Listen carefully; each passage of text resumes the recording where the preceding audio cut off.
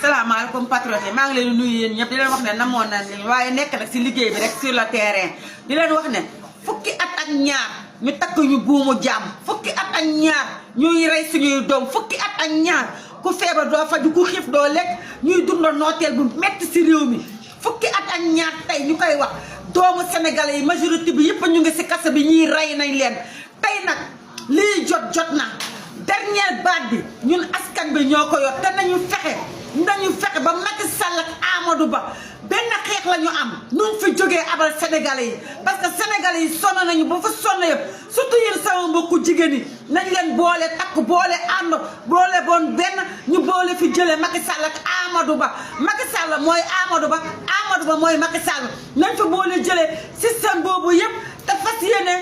jàppale président Ousmane Sonko ku mu fi teg ñu ànd ak moom ku mu joxoñ ñu ànd ak moom delloo